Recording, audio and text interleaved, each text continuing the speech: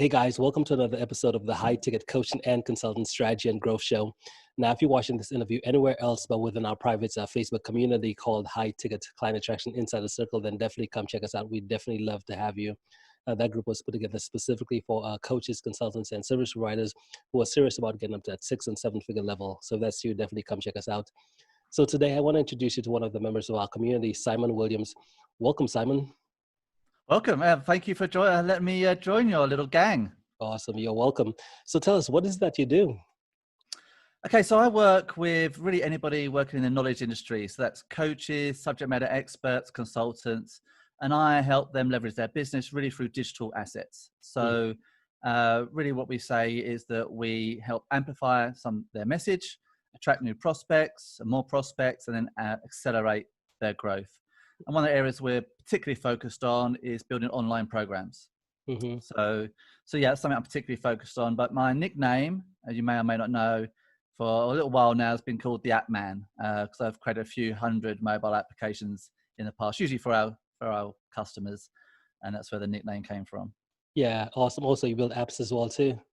Yeah, so I used to do a lot of mobile apps, not quite as many now as we used to do, web apps. My background's actually in design and kind of business architecture. So I really like to build digital assets in businesses to leverage their knowledge so they can expand and grow. Mm-hmm. Awesome. And you also said you do the courses, so you help individuals with putting together online courses. Yeah, absolutely. So, particularly if, coaches, etc., they've got a lot of knowledge and they're trying to distribute that knowledge. Mm-hmm. So I think, perhaps a couple of years ago, it would have been a nice thing to have to add to their arsenal. I think it's becoming frequently essential, Mm-hmm. particularly with the pandemic, etc. People perhaps previously were doing workshops. Now they don't even have those opportunities. So the acceleration of online programs has obviously gone through the roof. And by coincidence, the technology has really evolved over the last couple of years. So now really for the first time, we can produce really genuinely engaging courses where you're not just preaching to people like a video channel, but you're actually getting them to respond and engage and drag and drop answers, choose their path through the video course and engage and interact in a sort of deep manner. Yeah, awesome. So how did you get started on this path? Good question. Just looking back now, a while ago. So I was working in design. I was working as a sort of product and service designer at the time. And I'd actually previously written a book about the future of products. And my thinking was, if we were trying to create products for the future, we need to kind of understand what the future is going to be. So I looked at the kind of history of product creation and where it was going. And then, then Apple invented the iPhone and then the App Store. And this was really exactly what I was talking about, these sort of digital products and services that we could put in our hands and carry with us anywhere. And I thought, well, Simon, you need to put your money where your mouth is. So I quit the day job and launched my first application, which was the first underground or subway app for Moscow. Mm-hmm. Yeah. Awesome. Love that. So the first started was with apps. So you said before, product and service design. What type of products were you designing? Oh, a wide variety. So going way back, I was qualified in graphic and packaging design. Did pretty much all design for print, exhibitions, magazines, etc. for 12 or so years. Went back to school, did a master's in product and service design. Then I got a job with a company which serviced Mothercare and Argos in the UK, a variety of kids' toys. Then I worked with HRP, which is Historic Royal Palaces. Mm-hmm. So if anyone comes to London and goes to the Tower of London, you'll see my stuff there.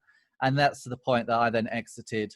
And what I found was, slightly longer story, I was quite high up in my sort of graphic design field, but when I went into product and service design, I had to kind of start at the beginning again, start at the lower threshold, despite my experience. So that was kind of hard to take. So eventually I just went, stuff this.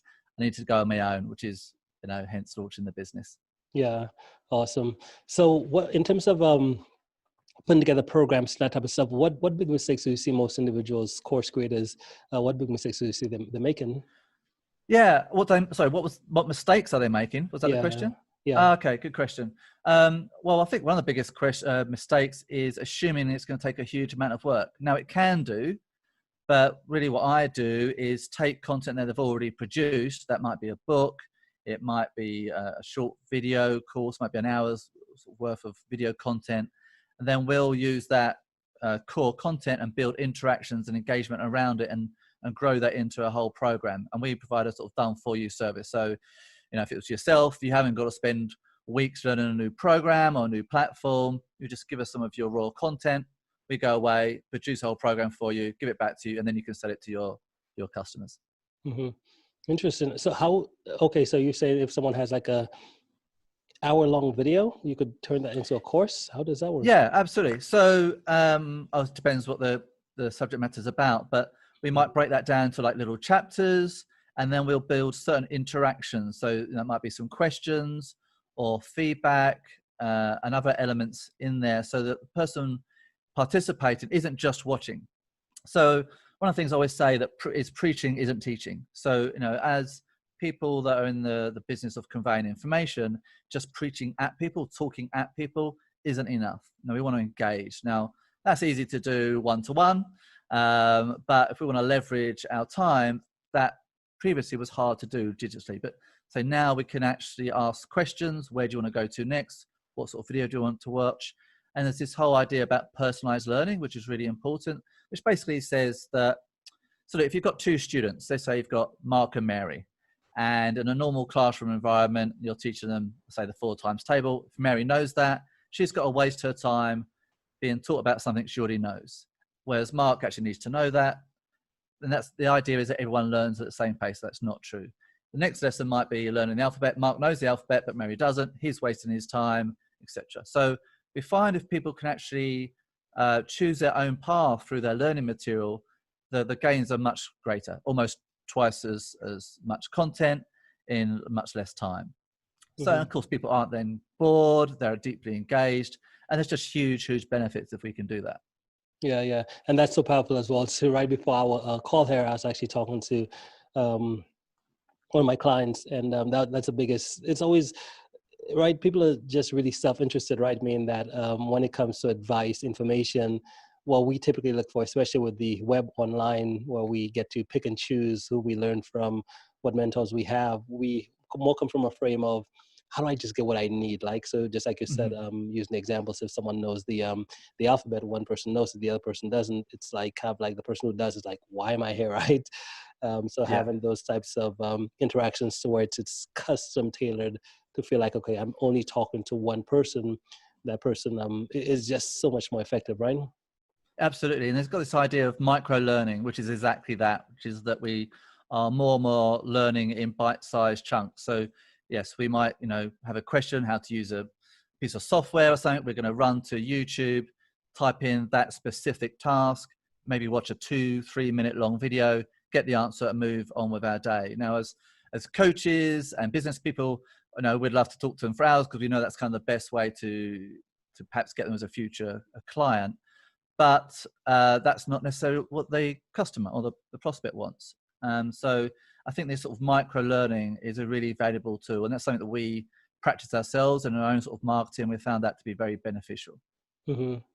Okay. And when you say micro learning, you mean by just maybe just answering a simple question like, how do I buy URL, or how do I buy a domain, or how do I do this, how do I do that? Just small bite-sized chunks, right? Exactly that. And if it is via sort of program, then yes, we might break, say we start off with an hour's long video, we might break that down into small chunks. And to a degree at least, we'll allow that user to choose their path. So whereas a sort of traditional videos, perhaps, think of it as quite two-dimensional. You start at the beginning, you end at the end. It might be a slightly different path, and perhaps no two users are even going through the program in the same way. And let's say you give them a little test after chapter 1. If person A gets it, you can whiz them on to chapter 2. If they don't get it, you might take them to some additional learning, maybe using different modalities or other techniques to convey the similar information. You could just send them back to get them to repeat it, but there can be actually smarter ways to do that. Awesome. Now, as you help your clients as well too, do you recommend that they do their courses in those small bite-sized modularized processes as well? Well, for the most part, people are providing us content they've already got. Mm-hmm. Usually, at least at the start, they kind of want to see what we can do with it. So that is usually a longer video. It's often an hour's worth of one video, which we will then break down and find ways to kind of chunk that up. Mm-hmm. But it can be, different people provide different information. It doesn't have to be video, but of course, video is one of the dominant sort of media types. And there's now a lot of sort of deeply engaging kind of interaction tools that we can now use with video, which is really makes it compelling for the user. Mm-hmm. Love it, man. And what do you find? Where is someone typically at when they're that ideal person for you, that ideal person for your business? Good question. I think that would be anyone in the knowledge industry. So again, that's a coach, subject matter expert, consultant that is realizing they need to start productizing their business. So perhaps they are getting bored of or understanding the restrictions of exchanging time for money, and realizing that they need to start leveraging that out via products. And that's something I've got a lot of experience with, and I think we can provide a lot of expertise in that area. And it comes down to the simple things like we sometimes do get ill, sometimes we do get injured, sometimes we do want to take a holiday or need a holiday.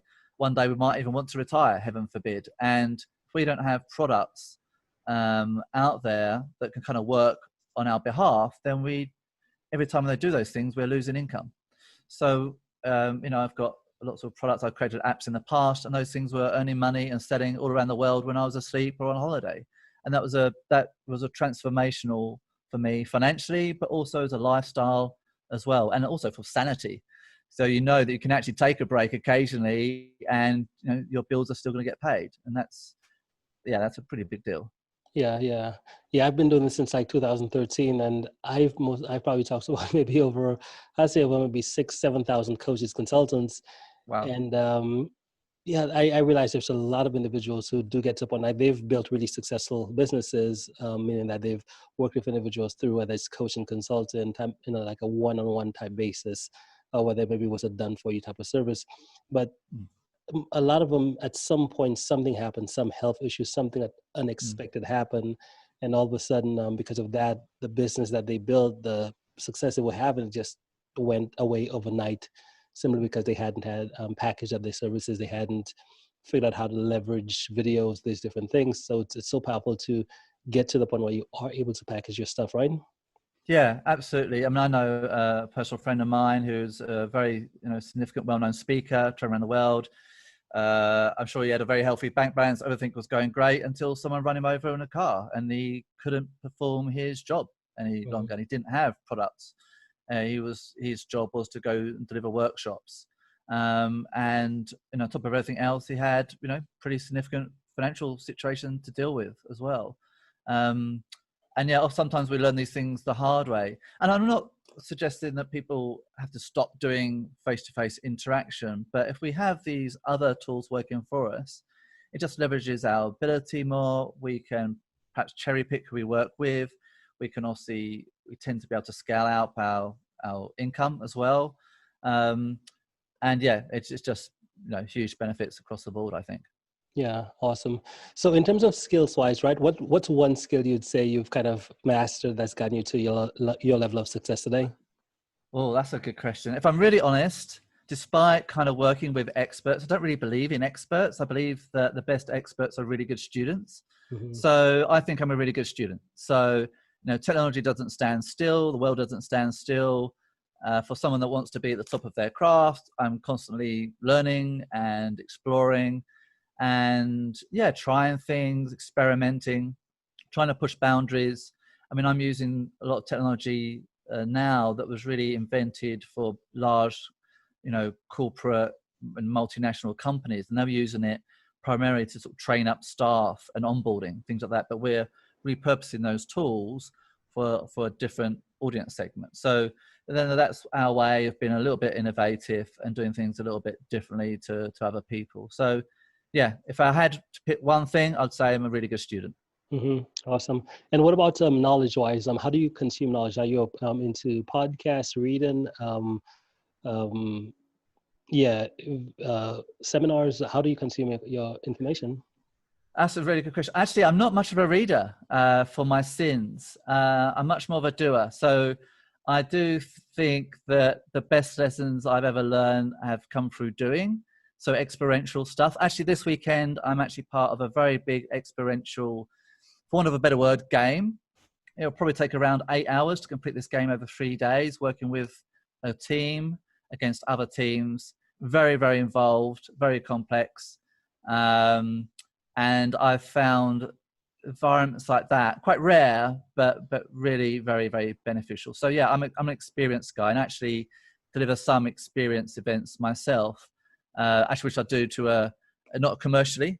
I'm actually based in Thailand. I'm actually in Thailand as we speak right now, and I deliver that service to like a lot of the kids in the hill tribes and stuff to give them sort of creative problem solving skills. So I really enjoy passing on some of that knowledge and expertise. Mm-hmm. Awesome. And what about a question I like to ask as well, because I know as we go through, we're always getting these awesome insights, awesome breakthroughs as we take action, do things. Over the past few days, maybe weeks or something, have you gotten any big insights that you're like, whoa, this is a pretty cool chunk that I could share with someone that they could really get some value from? Yeah, actually, I had a nice one today. It was fairly small in some ways, but it really resonated with me and was talking about. I actually also have a podcast channel, and I was interviewing a guest earlier today, a guy called Paul Avins, give him a shout out. And he was talking about flow and people staying in flow, and was talking about flow is like a pendulum. And this really made sense to me. And when maybe we go, maybe we're on stage or we're performing our task and we've got loads of energy and we're performing that item for an amount of time, be that an hour, a day, whatever it might be, then at some point that pendulum needs to swing right back to kind of recovery. And sometimes as business people, we kind of stop that pendulum and we're like, I've got to keep going, I've got to go and do the next thing. And if we do that for too long, too often, we'll have a really big kind of crash and a physical crash later. And I've had that myself, and in previous businesses, just working all the hours, lots of drive and determination, but at one point it just kind of imploded and I physically had a bit of a meltdown, and it took me months to kind of recover. And perhaps that's when I really embraced productization at a deeper level to give me some sanity in the world. And that's probably one of the reasons I'm doing now what I do, because I think it's so important. So that idea of this pendulum swinging, and you've got to allow it to swing, and kind of understanding yourself at that, okay, we're working really hard here, maybe we're engaging with lots of people. Afterwards, we often need some quiet time. I mean, it's go and get a massage. We just need to lock ourselves away and kind of rebuild ourselves before we come to the next task. Yeah, awesome. So how do you organize your day and time? Are you more of a type of person who says pick one task and blocks out entire days for it, or are you more of a person who does like picks tasks but does it like over time, like just a little bit each day?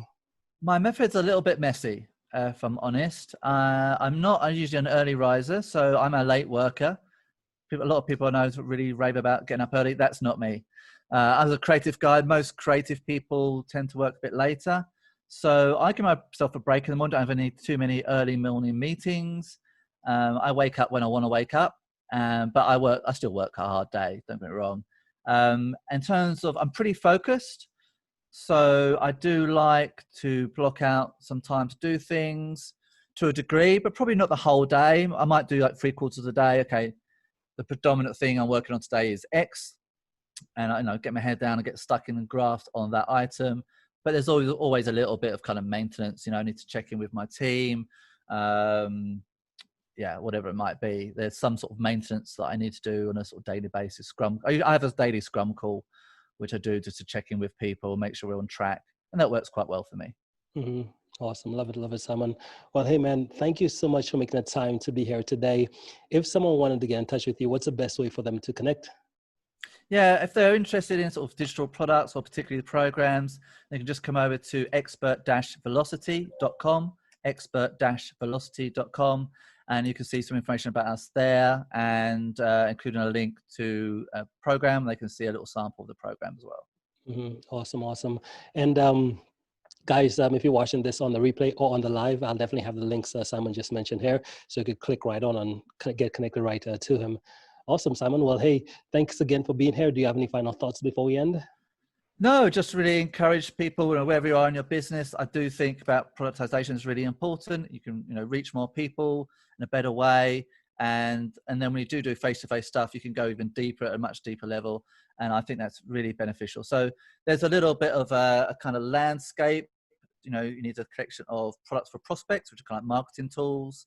Then you need your core services, which are your P1s, your core services. But really where business makes its money is out its P2. So you do need a range of products and services to really magnify the benefit you can give to people, but also your commercial return. Awesome. Love it. Well, hey, man, thanks again, and we'll talk soon, Pleasure. okay? Yeah, loved it. Really enjoyed. Good to meet you, and just wish the best for everybody that's listening to this call. Awesome. Enjoy.